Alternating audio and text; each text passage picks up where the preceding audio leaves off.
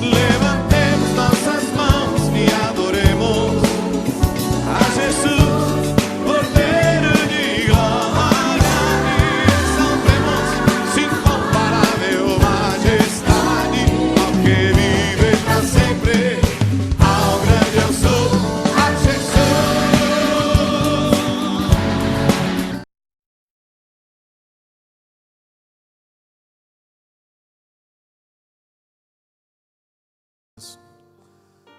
Deus é bom. Quero pedir que o pastor Pedro, o pastor Valdemir venham aqui para nós apresentar. Oi, Pai. Olha que linda. Paz. Tudo. Deus conosco. Muito bom. Tão linda. Isso. Vem um pouquinho mais para cá. Vamos orar, né? Em nome de Jesus. Aleluia. Senhor, nós te damos graças nessa noite. E nós bendizemos o teu nome. Oramos nessa noite, apresentamos, Senhor, a Milena para Ti. Abençoamos, Senhor, essa nenezinha e pedimos, Senhor, dá a ela saúde em seu espírito, em sua alma e em seu corpo. Apresentamos ela para Ti, consagramos ela para Ti, Senhor Jesus. E profetizamos sobre esta criança uma criança de paz, Senhor. Uma criança cheia da alegria Tua, Santo Espírito, em o nome de Jesus. Pedimos também por esses pais e abençoamos, Senhor, e pedimos, capacita, Senhor, este pai e esta mãe a educar, Senhor, a Milena segundo a Tua palavra, em o nome de Jesus. Amém. Deus seja louvado nesta noite, em nome de Jesus. Amém, queridos. É grande, diga ele, Tua fidelidade, incomparável, ninguém é como Tu, Deus. Bendito Deus, grande é Tua fidelidade. Cante outra vez e diga ao Rei: Tua fidelidade é grande, Tua fidelidade incomparável é. Ninguém é como Tu, bendito Deus. Grande é Tua fidelidade. Tua fidelidade é grande. Tua fidelidade é grande, Tua fidelidade incomparável é.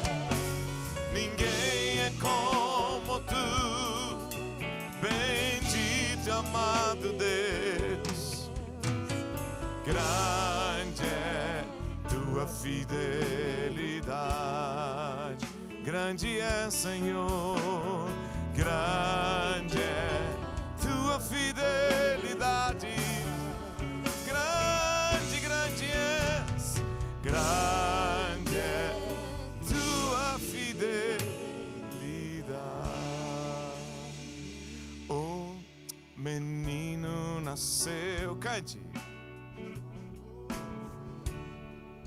Isso. É o próprio Deus.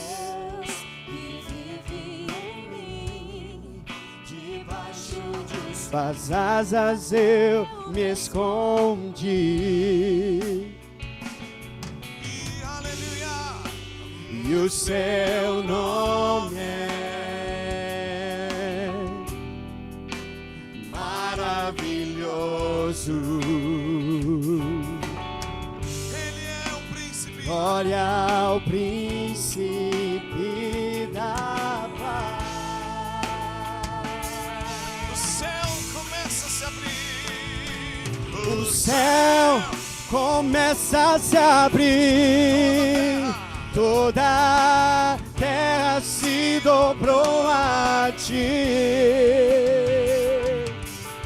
Cristo, Rei dos Reis, veio nos buscar. leva-nos, Senhor, leva-nos em tuas mãos, pelas portas da cidade. Na Nova Jerusalém, tua noiva vai entrar. Tudo porque um menino nos nasceu. O menino nasceu, como um filho se nos deu. Ele é o próprio Deus que vive em mim. Debaixo de suas asas eu me escondi. E o seu nome? E o seu nome é maravilhoso. Aleluia.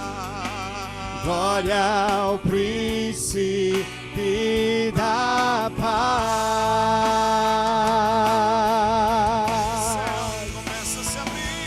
O céu começa a se abrir, toda a terra se dobrou a ti. Cristo, Rei dos Reis, veio nos buscar.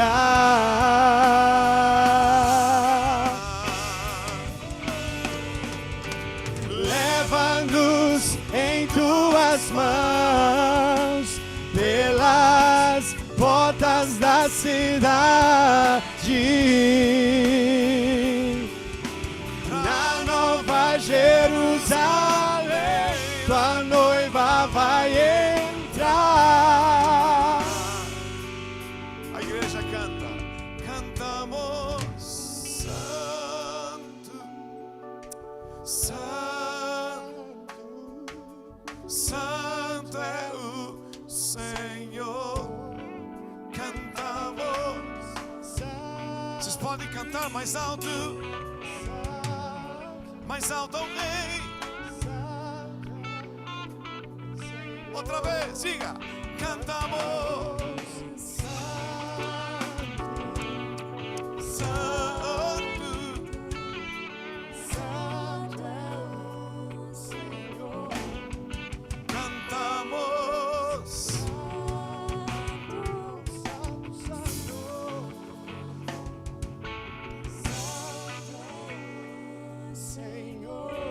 Aleluia, aplauda o Rei dos Reis, Senhor dos Senhores. Aleluia. Glória a Deus. Ao sentar, abra a tua Bíblia em Tiago capítulo 4. Cristo vai voltar, amém, irmãos?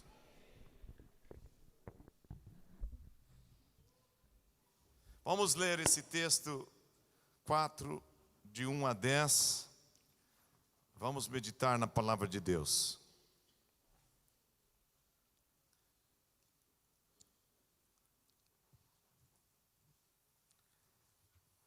Tiago capítulo 4, do verso 1 ao verso 10.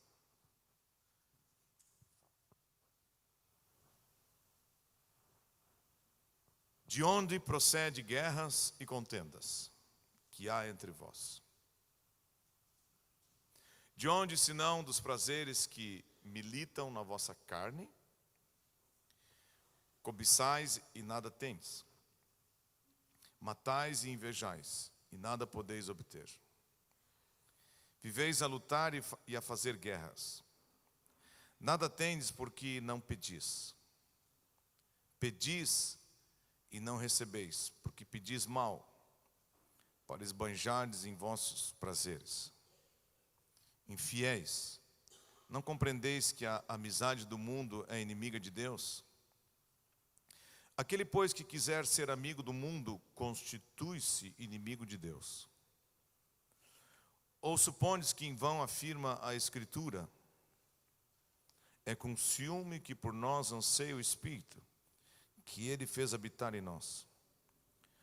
Antes, Ele dá maior graça pelo que diz: Deus resiste aos soberbos, mas dá graça aos humildes. Sujeitai-vos, portanto, a Deus, mas resisti ao diabo, e ele fugirá de vós. Chegai-vos a Deus, e ele se chegará a vós outros. Purificai as mãos, pecadores, e vós que sois de ânimo dobre, limpai o coração. Afligi-vos, lamentai e chorai.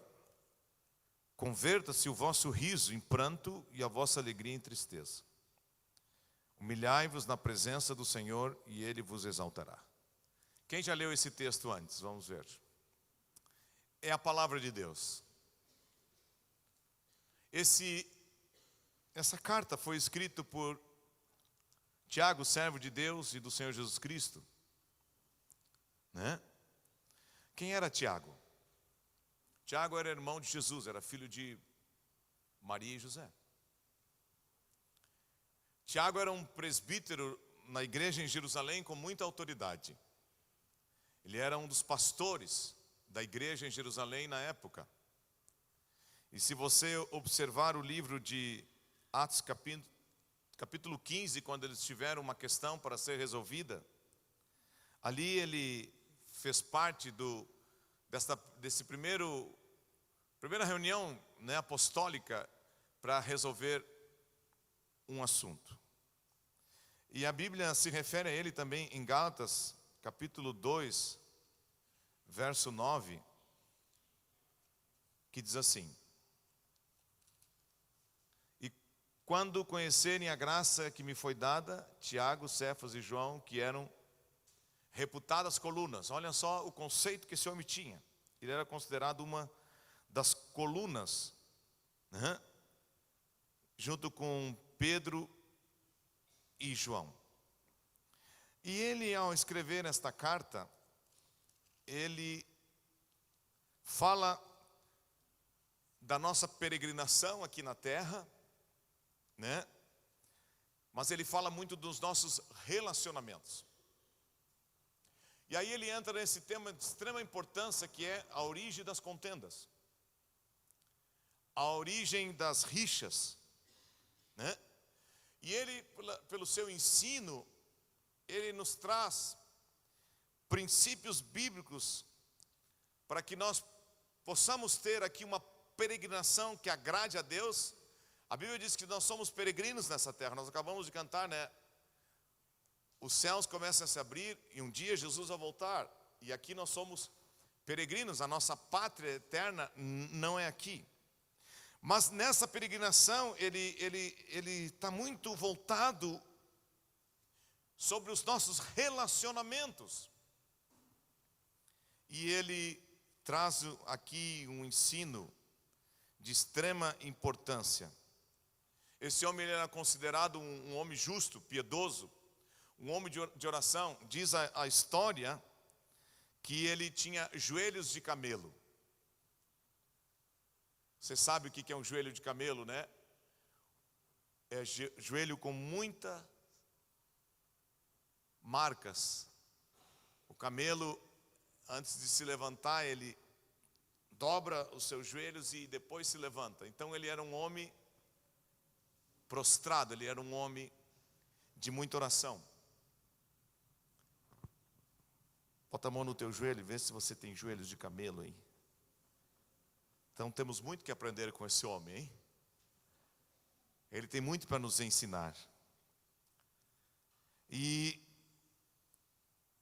ele traz um tema também relacionado sobre a fé e as obras.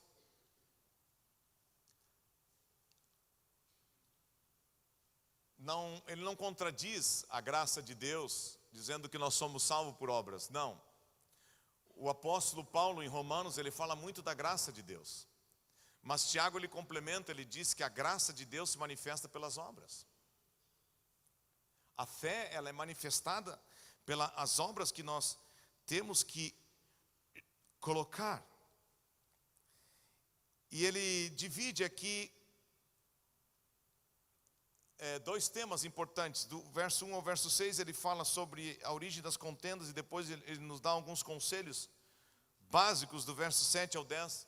de como nós podemos viver essa vida aqui na terra como peregrinos e tendo relacionamento bom entre nós. Amém? Então vamos ao verso primeiro. De onde procedem guerras e contendas que há entre vós? Ele faz uma pergunta. É ou não é uma pergunta? Pergunta para a pessoa do outro lado: de onde vêm as guerras e as contendas? E é interessante que ele responde uma pergunta com outra pergunta. Se não, dos prazeres que militam na vossa carne. Outra pergunta. Se você quer pegar a atenção de uma pessoa, faça uma pergunta para ela. Porque enquanto ela está só ouvindo, é mais fácil. Mas quando você pergunta, ela tem que parar. Ela tem que pensar. Ela tem que refletir. Essa é uma boa maneira de a gente aprender e também de ensinar as pessoas, fazendo perguntas. E ele pergunta: de onde vem? De onde procede guerras e contendas que há entre vós? De onde, senão dos prazeres que militam na nossa carne? É interessante que aqui ele toca um tema muito interessante, que é as contendas, as guerras, que é resultado de um homem que pecou e errou contra Deus. E ao errar e pecar contra Deus, Deus deixou de ser o centro da sua vida, e ele agora se torna o centro da sua vida, o próprio homem. Em vez de Deus estar no trono do seu coração, o homem sem Deus, assim como por um só entrou o pecado, que foi Adão. Então esse orgulho, esta indiferença, e ele diz aqui uma coisa interessante: cobiçais e nada tens. A cobiça realmente é algo que aniquila os nossos relacionamentos. A cobiça, ela se torna na sociedade, na família, na igreja, a causa de toda contenda. E ele está dizendo uma coisa interessante: que vocês têm problemas entre vocês, porque um dia, lá no jardim do Éden, entrou a cobiça no coração do homem. O desejo dele ser como Deus. A serpente disse: vocês não podem comer dessa árvore, porque Deus sabe que vocês vão ser como Ele. E diz a Bíblia que eles, olhando aquele fruto que eles não poderiam comer, eles cobiçaram aquilo. E um pouco antes aqui, ele diz uma coisa interessante no verso 13 do capítulo 1. Ninguém, ao ser tentado, pode dizer que é tentado por Deus, porque Deus não pode ser tentado pelo mal, e Ele mesmo a ninguém tenta. Ao contrário, cada um é tentado pela sua própria cobiça, quando esta o atrai e seduz. Então a cobiça, depois de haver concebido, depois de tomar a mente, o coração da pessoa, ela traz para fora, dá à luz o pecado, gera o pecado. E o pecado, uma vez consumado, gera a morte. O salário do pecado é a morte, mas o dom gratuito de Deus é a vida eterna em Cristo Jesus. Então, tanto Tiago como Paulo mostra que a raiz do pecado do homem é a cobiça. E é esta cobiça que na nossa peregrinação, se não for bem cuidada e tratada, ela pode destruir com os nossos relacionamentos. Pergunta a pessoa do lado: de onde vem então a briga, a contenda, a cobiça? Diga, dos prazeres que militam no teu coração. Amém? Todo problema que eu tenho de relacionamento com Deus, com as pessoas, seja na igreja, seja na família ou na sociedade, é por causa dessa cobiça. O que é isso? O que é isso? É um forte desejo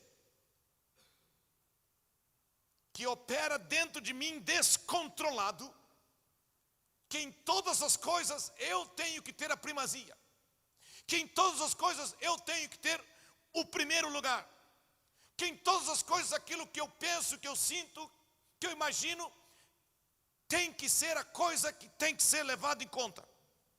E isso realmente destrói os relacionamentos.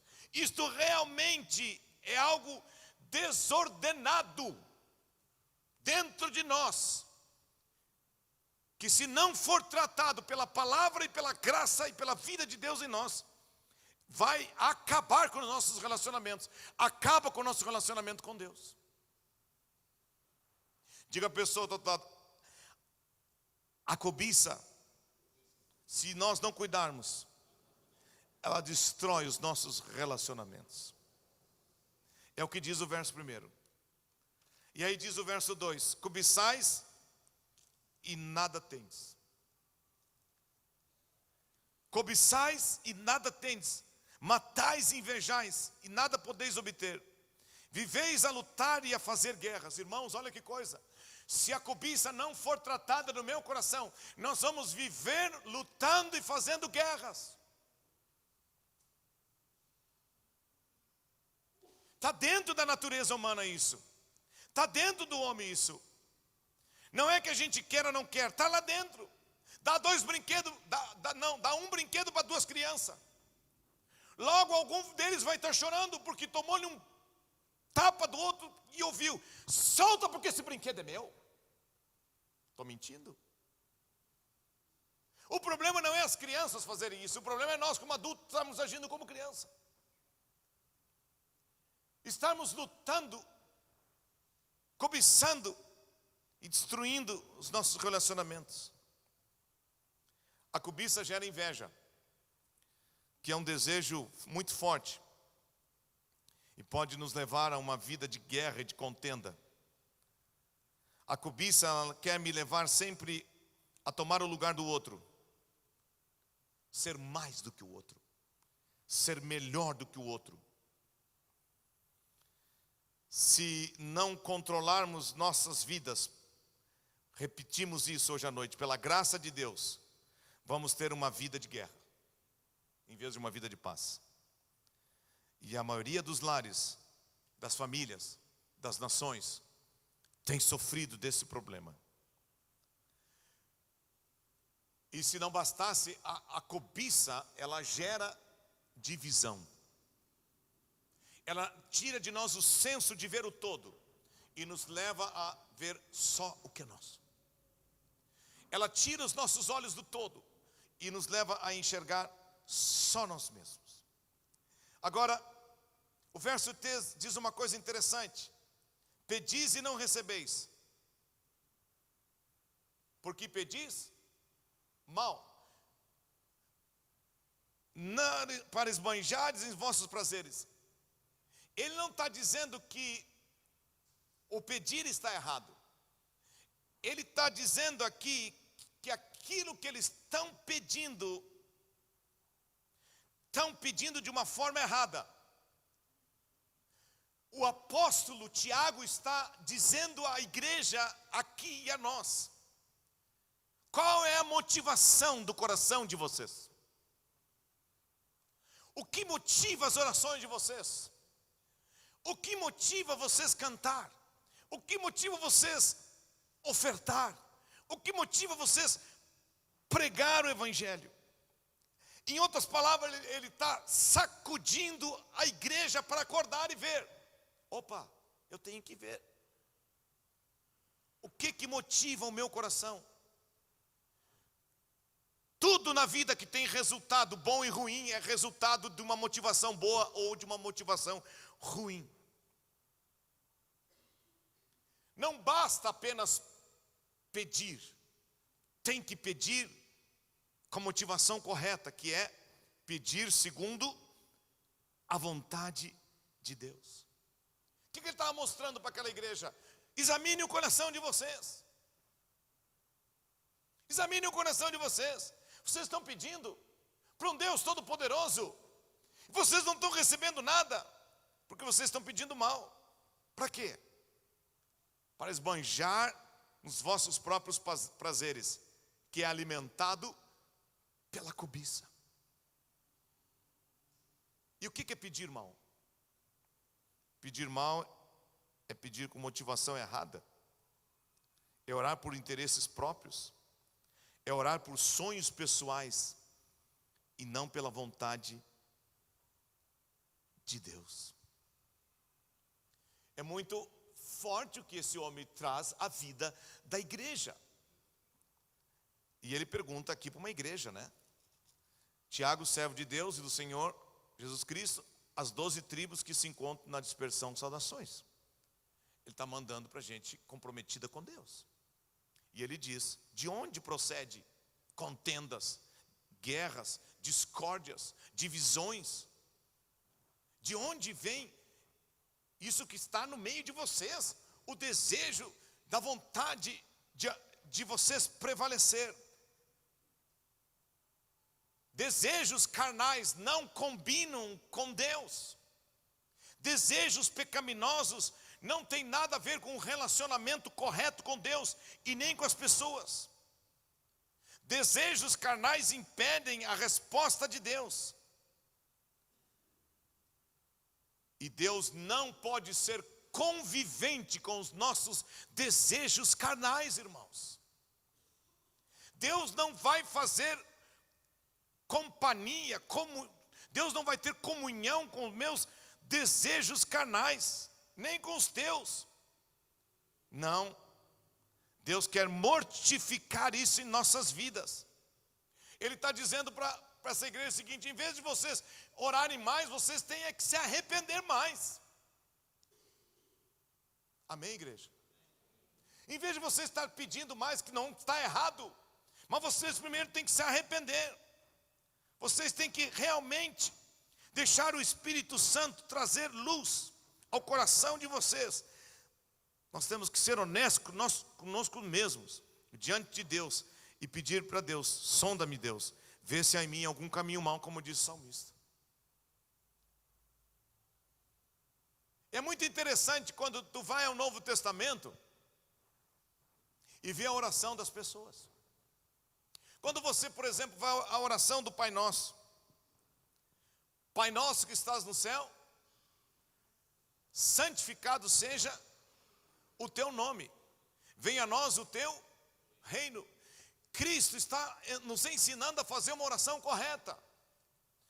Esta oração, ela parte do ponto de vista de que Deus é o centro de todas as coisas, de que Deus tem que ter a primazia na nossa vida, e esta tem que ser a motivação correta da nossa vida: fazer aquilo que agrada a Deus. Santificado seja o teu nome.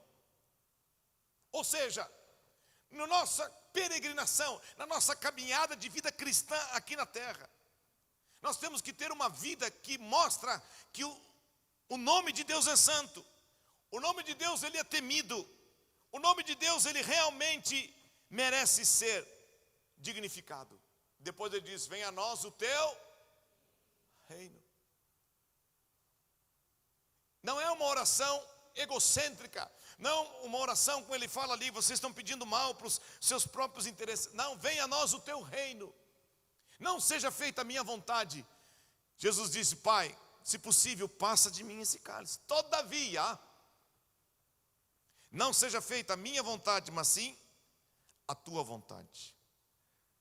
Está essas orações em nossos lábios? Está essa oração no nosso coração? Por exemplo, em Atos capítulo 4, verso 23, quando a igreja estava num momento difícil, numa hora difícil, Atos capítulo 4, verso 23, a igreja estava em oração. Olha que interessante, os apóstolos Pedro e João tinham sido presos e, uma vez soltos, procuraram os irmãos e lhes contaram quantas coisas lhe haviam dito os principais sacerdotes e irmãos. Ouvindo isto, unânimes, levantaram a voz a Deus e disseram, começaram a orar. Olha a oração deles. Olha a perspectiva de oração desse povo. Tu, soberano Senhor, que fizeste o céu e a terra, o mar e tudo o que neles há, que disseste por intermédio do Espírito Santo, por boca de Davi, nosso pai e teu servo. E aí ele vai levantar os reis, contar, aí ele continua. Aí eles dizem, no verso 29, agora, Senhor, olha para as suas ameaças e concede aos teus servos que anunciem com toda intrepidez a tua palavra, enquanto estende as tuas mãos para fazer curas, sinais e prodígios por intermédio do nome do teu santo servo Jesus. Tendo eles orado, tremeu o lugar onde estavam reunidos. Todos ficaram cheios do Espírito Santo e com intrepidez anunciavam a palavra de Deus. Queremos ser cheios do Espírito Santo? Queremos ser intrépidos? Então nós temos que ter esta oração no nosso coração. Uma oração que enxerga o reino. Uma oração que enxerga a vontade de Deus. Uma oração que enxerga os desígnios de Deus. Uma oração que enxerga aquilo que Deus quer fazer. Eles estavam tão felizes que eles estavam entendendo que valia a pena ser preso pelo nome precioso do nosso Senhor Jesus Cristo. Pergunta para a pessoa que está ao teu lado, qual tem sido o centro da tua oração? Os teus desejos ou os desejos de Deus? A tua vontade ou a vontade de Deus? E o apóstolo está dizendo para aquela igreja, olha, vocês têm que ver como é que vocês estão orando. Vocês estão pedindo e vocês não estão recebendo. Por quê? Porque vocês estão pedindo mal. Vocês não estão pedindo segundo a vontade de Deus. Vocês estão pedindo segundo os interesses de vocês, para esbanjar os vossos prazeres. Deus não comunga com os nossos prazeres. Deus não consegue responder a oração de um crente que quer usar ele como meio para chegar no seu prazer. Deus não vai atender um povo, uma igreja, que quer usar ele como meio para chegar nos seus interesses próprios. Deus não é um meio para eu alcançar o que eu quero. Sabe o que revela o coração de um homem ou uma pessoa? A música que ele canta e a oração que ele faz. E lamentavelmente nós vivemos dias em que muitas das músicas dentro do meio cristão são que o homem está no centro. As orações é que o homem está no centro. Há um cântico que nós cantamos que Cristo é o centro de todas as coisas. Que Deus abra os olhos do nosso coração, que o Espírito Santo venha sobre nós e realmente nos sacudir, para que nós venhamos a entender, se não temos tido resposta das nossas orações, não é porque Deus não pode atender, é porque nós estamos pedindo de uma forma equivocada. E ele diz uma coisa muito séria no verso 4, infiéis. Vocês não compreendem que a amizade do mundo é inimiga de Deus? Aquele, pois, que quiser ser amigo do mundo, constitui-se inimigo de Deus. Infiéis, quem tem no seu rodapé lá, infiéis, que diz no original, quer dizer adúlteros. Caramba! Ele está olhando para aquela igreja dizendo, adúlteros!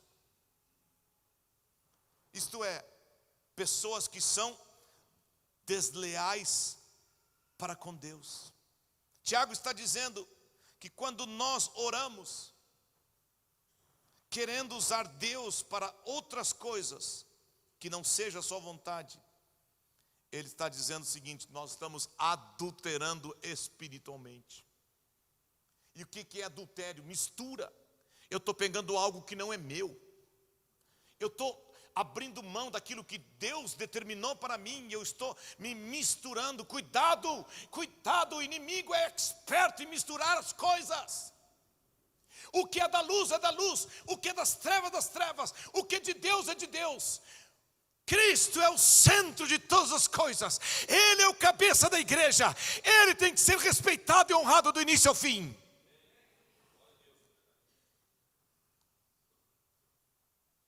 Adúlteros, infiéis, vocês estão me trocando por outras coisas. Vocês estão se misturando. O culto de vocês não me agrada. Vocês estão sendo hipócritas. O que era uma pessoa hipócrita naquela época? Uma pessoa hipócrita é aquela que ia nas festas e usava uma máscara de cera, que por detrás tinha uma outra pessoa.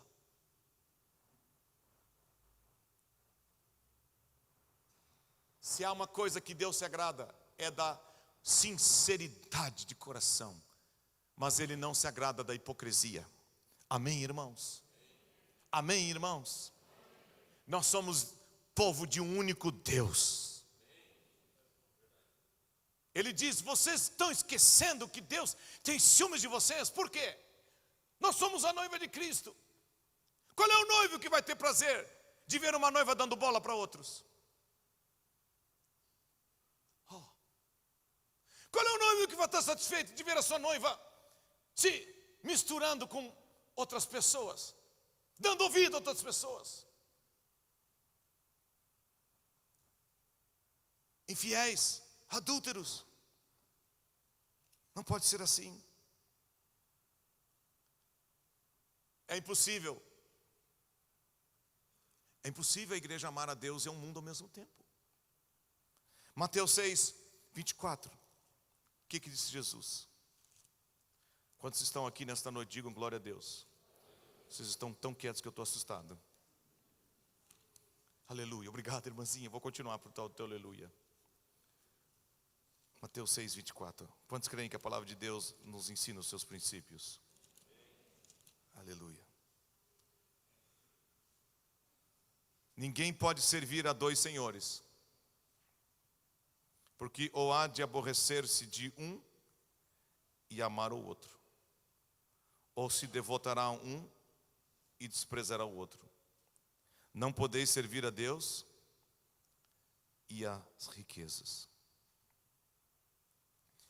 Digam todos: é impossível servir a Deus e ao mundo ao mesmo tempo. É interessante que a Bíblia diz uma coisa aqui, muito interessante. Porque se ninguém pode servir a dois senhores, porque ou há de aborrecer-se de um,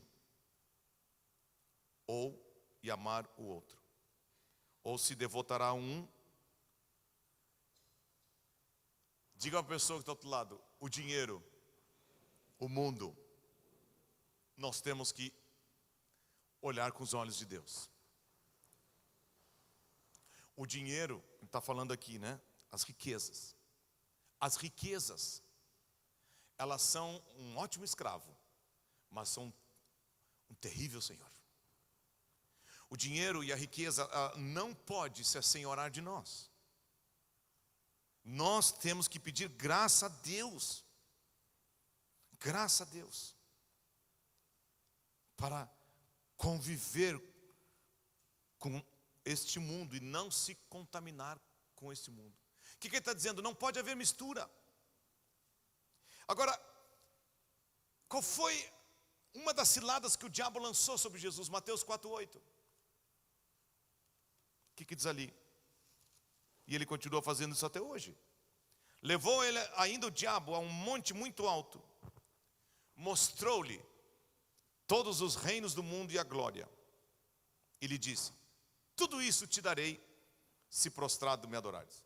Qual seria a nossa resposta se o inimigo viesse para nós hoje e nos mostrasse o reino desse mundo, a glória desse mundo? O que nós íamos fazer? Se ele fizesse para nós essa proposta: tudo isso vai ser de vocês.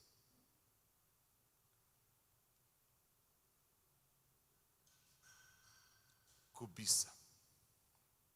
Onde é que ele estava tentando pegar Jesus? Na cobiça.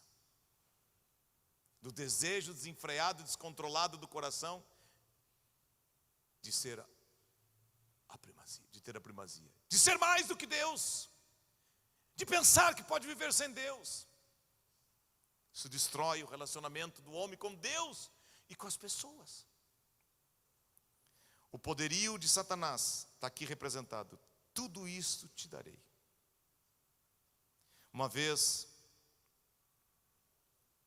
tem um outro texto bíblico que diz: não ameis o mundo, nem as coisas que há no mundo. 1 João 2,15.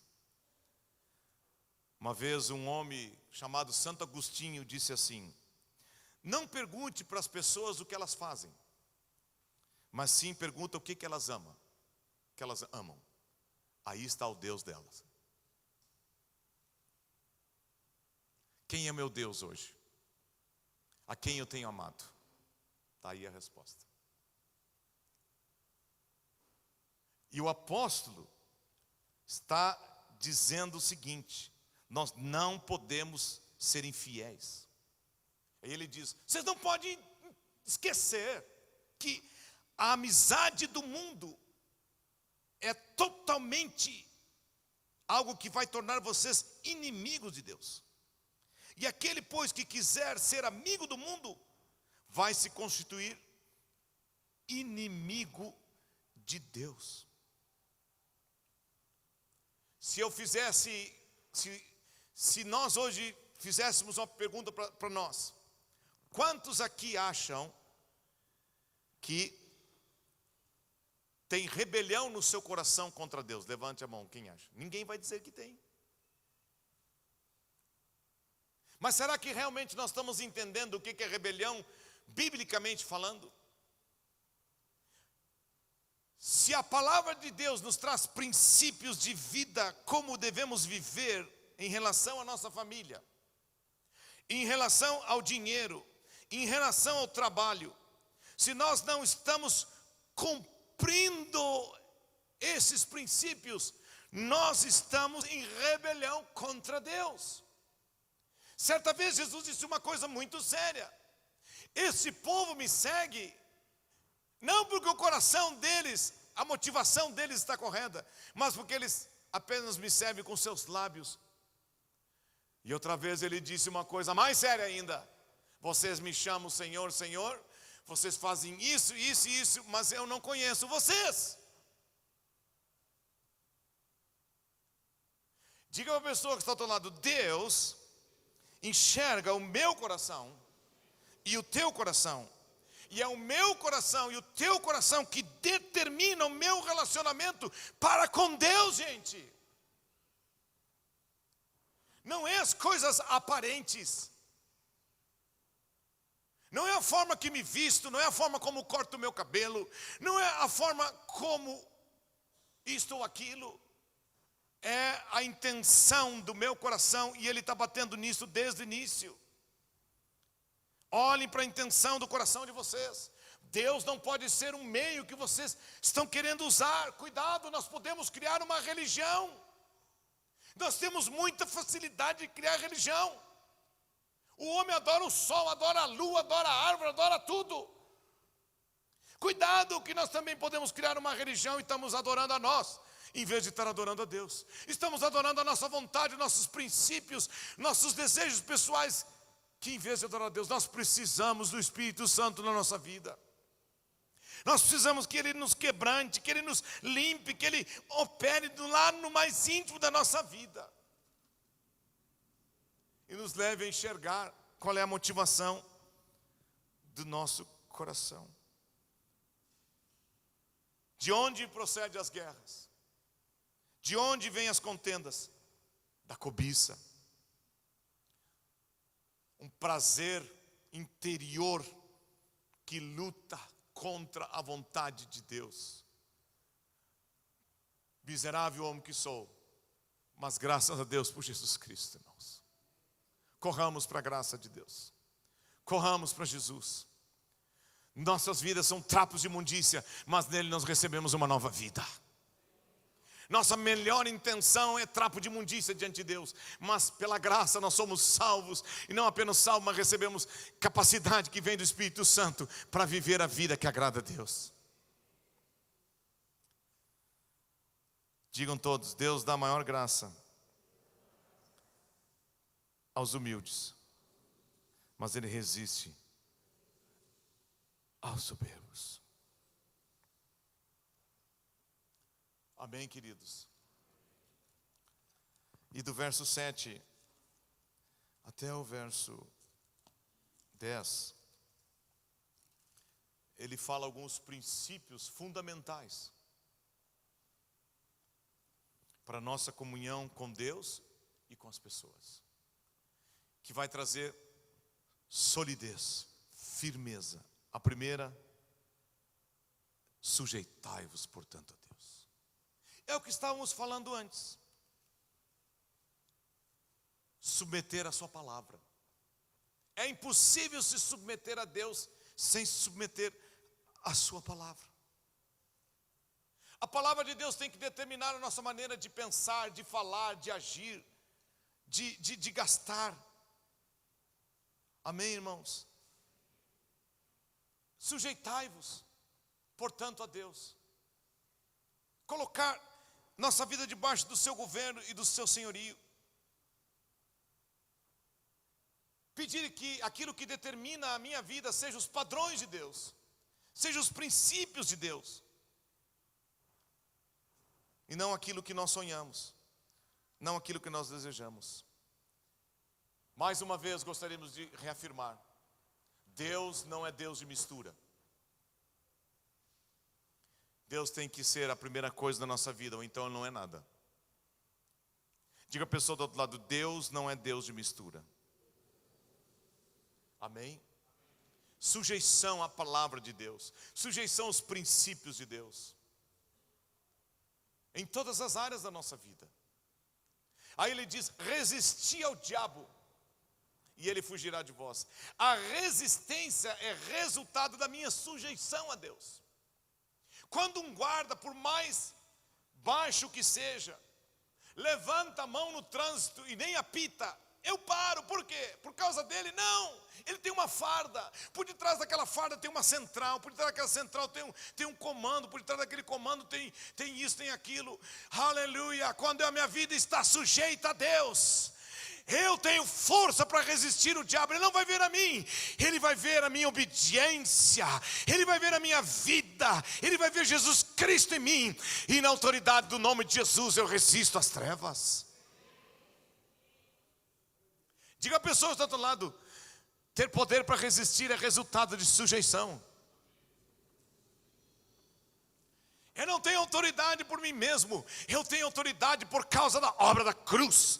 Ali eu creio que Jesus desceu o mais profundo abismo, tirou as chaves do inferno e da morte da mão do maligno, e disse quando morreu: está consumado. Ele despojou os principados e potestades, ele arrancou a autoridade que ele tinha sobre a minha vida. Agora eu e você não pertencemos mais a ele. Ele nos desarraigou desse mundo tenebroso e nos trouxe para o seu reino. Agora nós temos que nos sujeitar aos princípios de Deus. Porque se o que governa a nossa vida ainda são os princípios desse mundo, então nós somos salvos do quê? Do que nós somos salvos se ainda o mundo nos governa? Se ainda o mundo é que determina o que eu vou ser na minha vida? Se é o mundo que determina como eu devo agir com a minha esposa, como eu não devo agir com meus filhos, isso e aquilo.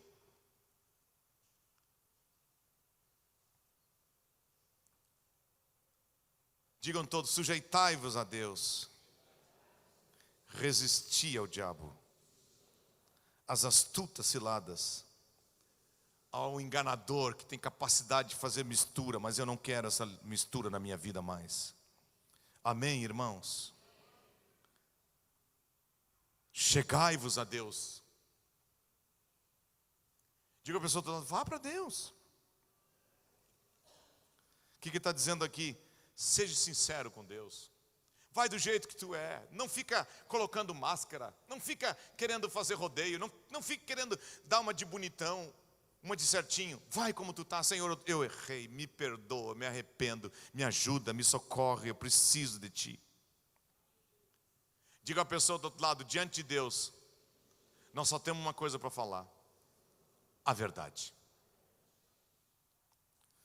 Purificai as mãos. Aí olha, chegai-vos a Deus e Ele se chegará a vós outros. E aí diz o que? Purificai as mãos, pecadores. O que é as minhas mãos? É aquilo que eu faço, é aquilo que eu toco, é aquilo onde eu estou manuseando,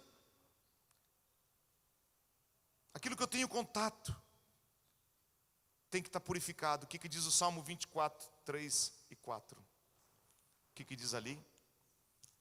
Aleluia. Ah, um piano agora, né? Ia ficar tão bonito. E aí o pastor sabe que tem que acabar. Quem subirá ao monte do Senhor? Outra pergunta, olha que interessante. Quem há de permanecer no seu santo lugar? Nos leva a pensar, né? Quem? Quem vai subir no monte do Senhor? Quem vai permanecer? Digam todos, o que é limpo de mãos e puro de coração, que não entrega a sua alma à falsidade, nem jura dolosamente. Digam todos, Senhor, purifica as minhas mãos, livra-me de tocar naquilo que tu não quer, livra-me de pegar aquilo que não é meu. Amém, igreja? Amém. Vós que sois de ânimo dobre. O ânimo dobre tem a ver com o coração. Ânimo dobre, uma pessoa inconstante, uma pessoa que não tem uma comunhão segura com Deus e com ninguém. É um ioiô, está lá embaixo, está lá em cima, o elevador, embaixo e em cima, embaixo e em cima. É como aquele que o próprio aqui diz, né? Homem de ânimo dobre. Como que pensa que vai alcançar alguma coisa de Deus? É como a onda do mar, que uma hora vai e uma hora vem. Mas digo, eu declaro nesta noite, que quando Cristo morreu na cruz, eu confesso a minha fé, que Ele acabou com toda a insegurança na minha vida. Diga isso. E eu não vou ter medo de entrar com tudo na vontade dEle.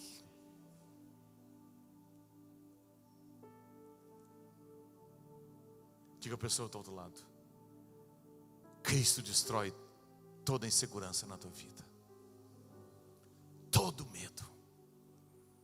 Aleluia. Somos um povo de um só coração. Aleluia. Não temos mais coração dividido. Amém, irmãos? Não somos pessoas de coração dividido, levado por todo o vento de doutrina. Não somos mais.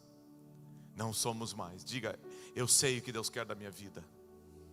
Eu sei o que Deus quer do meu casamento. Eu sei o que Deus quer da minha família. Eu sei o que Deus quer dos meus filhos. Diga, eu sei o que Deus quer na minha vida financeira, emocional, minha vida íntima de casal, em nome de Jesus. Não é mais os princípios do mundo. Não precisa botar vídeo.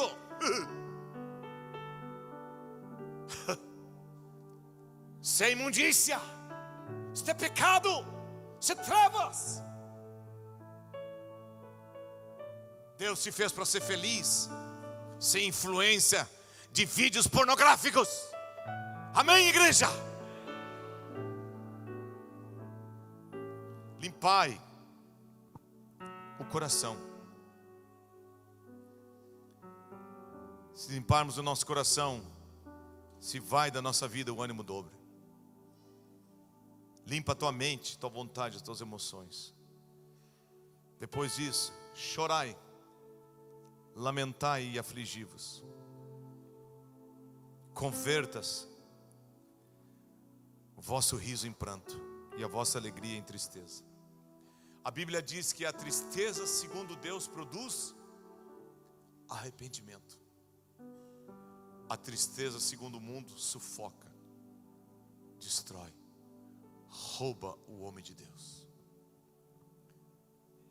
Aleluia. Diga, eu prefiro ter a tristeza segundo Deus, de que o riso, que não é resultado da obra da cruz na minha vida. E por último, humilhai-vos na presença do Senhor, e Ele vos exaltará. Cristo a si mesmo se esvaziou, se humilhou, assumindo a forma de servo. Vamos a esse texto de Filipenses 2, 5 a 11. E o Josinei vai tocar aquele cântico que a gente aprendeu desde pequenininho. Eu quero ser.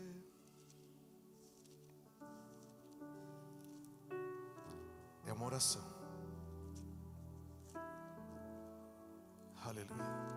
Nas mãos do oleiro. Aleluia. Tende em vós o mesmo sentimento que houve também em Cristo Jesus. Pois Ele, subsistindo em forma de Deus, Ele era Deus, não julgou como usurpação o ser igual a Deus. O pecado de Adão foi que ele achou que ele podia ser como Deus. O pecado de Satanás, Lúcifer, foi jogado do céu, porque ele diz: eu vou ser maior do que Deus. Cristo era Deus. Ele já era Deus e ele não quis usar desse jeito de ser como Deus. Ele já era, não é que ele não quis a ser como Deus, ele não quis ser o ser como Deus, ele já era Deus. Isto é humildade, isto é se esvaziar, é olhar para Jesus, é olhar para a cruz e dizer: eu não posso, eu não consigo, eu não tenho força, mas eu sei que Tu morreu por mim. Eu sei que Tu tem um projeto na minha vida, e se eu me sujeitar a Ti, eu vou ter força para resistir àquilo que está querendo me roubar do Teu projeto. E eu me entrego a Ti nesta noite, Jesus, e eu levanto a minha voz com todos os meus irmãos e digo: eu quero. Vamos ficar em pé e orar todos juntos. Senhor, como um vaso na mão,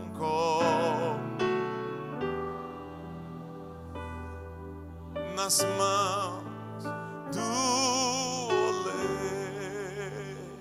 Quebranta minha vida, Deus. Quebra-me. Tira a cobiça, Deus. Tira, Deus. Faz-nos te ver, Jesus. Eu quero.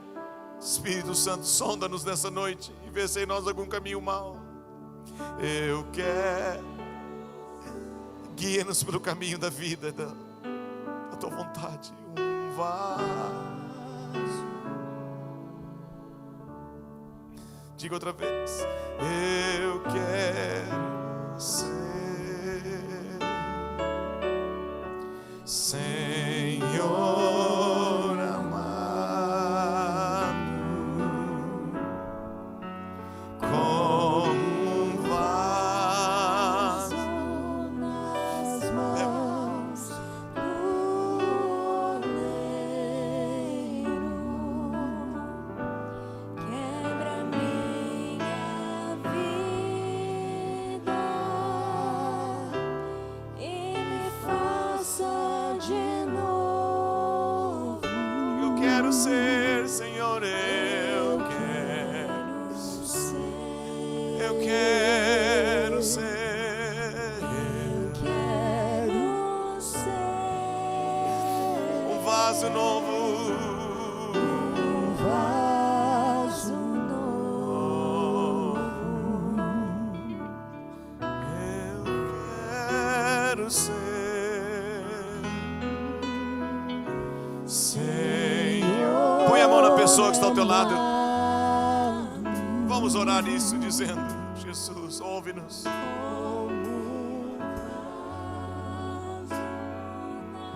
mãos do oleiro.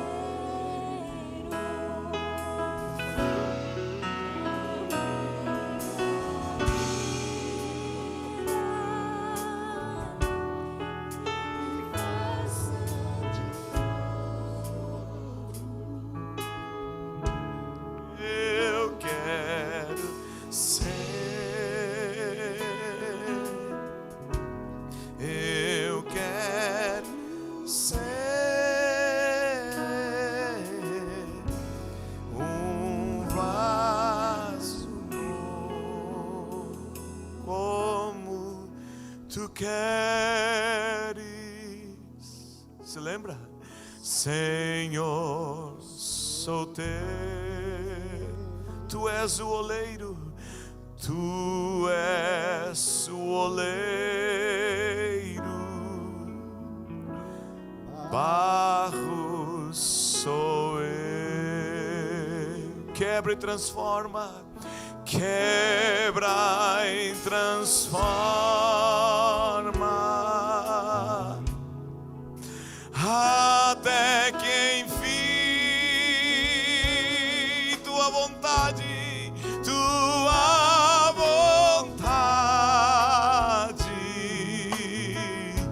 se cumpra em mim. E esses cânticos que aprenderam quando éramos crianças nunca saem de nós. Diga outra vez. Como tu queres, Senhor, sou teu, Senhor, sou teu.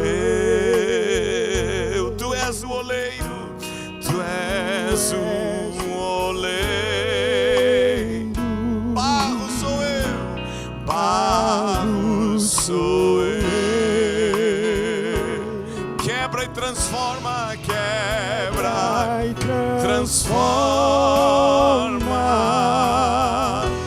até que enfim, Jesus,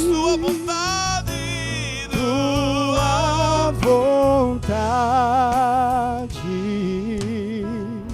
se cumpra. Obrigado pela tua palavra que nos limpa, nos purifica, nos anima e nos traz os princípios de uma peregrinação aqui de vitória contigo, Senhor. Aplica em nós os teus princípios, aplica em nós tua palavra, Senhor. Queremos te agradar como indivíduo e como igreja. Som do nosso coração e som do coração dessa igreja, e livra-nos do mal, Senhor. Em nome de Jesus oramos. Amém, igreja. Abrace o teu irmão e diga: vamos no caminho da graça. Em nome de Jesus.